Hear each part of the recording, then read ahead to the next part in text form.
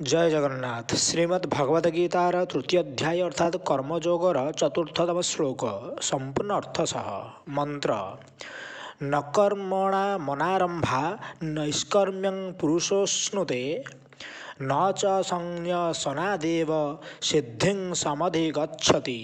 अर्थात मनुष्य कर्माचरण न करी निष्कर्मता बा जोगनिष्ठा पाइपारे नहीं कि केवल कर्म त्याग करदे सिद्धि अर्थात सांख्यनिष्ठा पाइपारे नहीं। प्रश्न एठारे नैष्कर्म्यम पद काहार वाचक एवं मनुष्य कर्म आचरण न करी निष्कर्मता पाइपारे नहीं एपरि कहिबार अभिप्राय कौन? उत्तर कर्मयोगर जो परिपक्व स्थिति रही ताहाकु पूर्व श्लोकर व्याख्यारे जोगनिष्ठा नाम वर्णना करा जायछि। सेही अर्थरे नैष्कर्म्यम पद व्यवहार करा जायछि। एही स्थिति पाइथिबा पुरुष समस्त कर्म करुथिले मध्य सेथुर पूर्ण रूपे मुक्त होई जाआंती। तांकर कर्म बंधनर कारण हुए नहीं। तेणु सही स्थिति को नैष्कर्म्यम अर्थात निष्कर्मता बोली कहती। निष्काम भाव कर्तव्य कर्म आचरण करने द्वारा मनुष्य मानक सही स्थिति मिली थाए। कर्म न कले ताहा मिल पारे नहीं। तेणु कर्म बंधनर मुक्त हेबार उपाय कर्तव्य कर्म त्याग करदेवा नुहे बरम निष्काम भाव कर्म अनुष्ठान करिवा। एही भाव प्रकाश करिवा पाई कुहा जाइछि जे मनुष्य कर्म अनुष्ठान न करी केबे हेले निष्कर्मता पाइपारे नहीं। प्रश्न कर्मयोगर स्वरूप तो कर्म करिवा सेथिरे कर्माचरण न करिवार शंका न थाए। तेणु कर्माचरण न कले निष्कर्मता मिले नहीं बोली कहिबार आवश्यकता कौन? उत्तर भगवान अर्जुन को कर्मफल और आसक्ति त्याग करने को कहिछंती एवं ताहार फलस्वरूप कर्मबंधनर मुक्ति मिले बोली मध्य कहिछंती। सेथिरु से बुझिले जे जदि कर्म न करा जाए तेबे स्वतः कर्मबंधनर मुक्ति मिलिजिवो। तेणु कर्म करिवा आवश्यक कौन?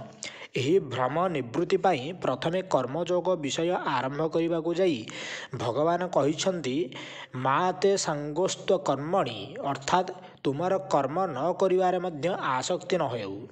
षष्ठ अध्याय मध्य कहिछंती जोगरे आरूढ़ हेबाकु इच्छा करुथबा मुनिंक पई कर्म करिवा ही जोगारूढ़ हेबार उपाय।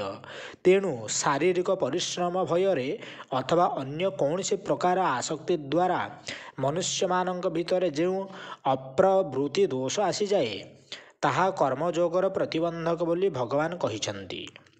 प्रश्न एठारे सिद्धिम पद काहार वाचक एवं केवल कर्म त्याग द्वारा सिद्धि मिलना ही बोली कहिबार तात्पर्य कौन? उत्तर ज्ञान जोगरे जो सिद्धि बा परिपक्व स्थिति हुए जार वर्णना पूर्व श्लोकर व्याख्यारे ज्ञाननिष्ठा नाम करा जाइछि तथा जार फल तत्वज्ञान प्राप्ति सिद्धिम पदटी हेउछि सेही स्थितिर वाचक। सेही स्थिति पहुँची साधक ब्रह्म भाव प्राप्त हो जाती।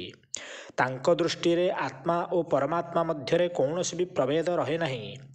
से स्वयं ब्रह्मरूप हो जाती। तेणु यही स्थिति को सिद्धि कहती। निजर वर्णाश्रम अनुसार कर्तव्य कर्म कर्तापण अभिमान त्याग करी तथा समस्त भोगरे ममत्व आसक्ति और कामनार रहित होई निरंतर अभिन्न भाव परमात्मा स्वरूप को चिंतन कले ही यह ज्ञान योग रूपी सिद्धि मिली थाए। केवल स्वरूपतः कर्म त्याग करतेले यही सिद्धि मिले नहीं। कारण अहंत्व ममत्व और आसक्ति नाश न हेले मनुष्य अभिन्न भाव परमात्मा ठारे स्थिर स्थिति पाइपारे नहीं। आहुरी मध्य मन बुद्धि और शरीर द्वारा हेउथिबा कौनसी कर्म निजको कर्ता बोली मने न करी ताहार द्रष्टा साक्षी होई रहिले ही उपरोक्त स्थिति मिली थाए। तेणु सांख्य योगी मध्य वर्णाश्रमोचित कर्म स्वरूपतः त्याग करिवार चेष्टा न करी सेथिरे कर्तापण ममत्व आसक्ति एवं कामनारू रहित होई जिबा उचित।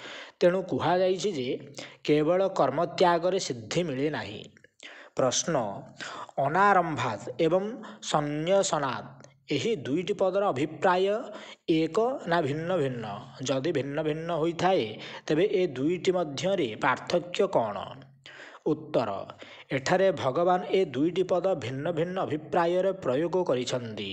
କାରଣ ଅନାରମ୍ଭାତ ପଦରେ କର୍ମଯୋଗୀଙ୍କ ପାଇଁ କୁହାଯାଇଛି ଯେ ବିହିତ କର୍ମ ନ କରିବା ଯୋଗନିଷ୍ଠା ପ୍ରାପ୍ତିରେ ବାଧକ, କିନ୍ତୁ ସଂନ୍ୟାସନାଥ ପଦରେ ସାଂଖ୍ୟଯୋଗୀଙ୍କ ପାଇଁ କୁହାଯାଇନାହିଁ ଯେ ସ୍ୱରୂପତଃ କର୍ମତ୍ୟାଗ କରିଦେବା ସାଂଖ୍ୟନିଷ୍ଠା ପ୍ରାପ୍ତିର ପ୍ରତିବନ୍ଧକ।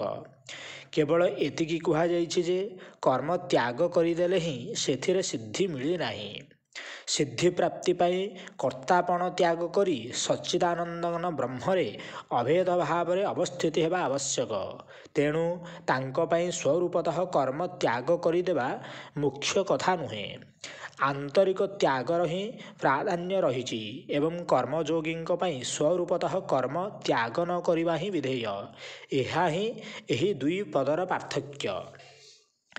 ଏପରି ଭାବରେ କର୍ମଯୋଗୀଙ୍କ ପାଇଁ ଯୋଗନିଷ୍ଠା ପ୍ରାପ୍ତିରେ କର୍ତ୍ତବ୍ୟ କର୍ମ ନ କରିବା ପ୍ରତିବନ୍ଧକ ବୋଲି କୁହାଗଲା ଏବଂ ସାଂଖ୍ୟଯୋଗୀଙ୍କ ସିଦ୍ଧିପ୍ରାପ୍ତିରେ ସ୍ୱରୂପତଃ ବାହ୍ୟ କର୍ମତ୍ୟାଗକୁ ଗୌଣ ବୋଲି କୁହାଗଲା। ବର୍ତ୍ତମାନ ଅର୍ଜୁନଙ୍କୁ କର୍ତ୍ତବ୍ୟ କର୍ମରେ ପ୍ରବୃତ୍ତ କରିବା ଉଦ୍ଦେଶ୍ୟରେ ଭିନ୍ନ ଭିନ୍ନ କାରଣରୁ କର୍ମ କରିବା ଆବଶ୍ୟକତା ସିଦ୍ଧ କରିବାକୁ ପ୍ରଥମେ କର୍ମମାନଙ୍କର ସର୍ବଥା ତ୍ୟାଗ ଅସମ୍ଭବ ବୋଲି କହୁଛନ୍ତି।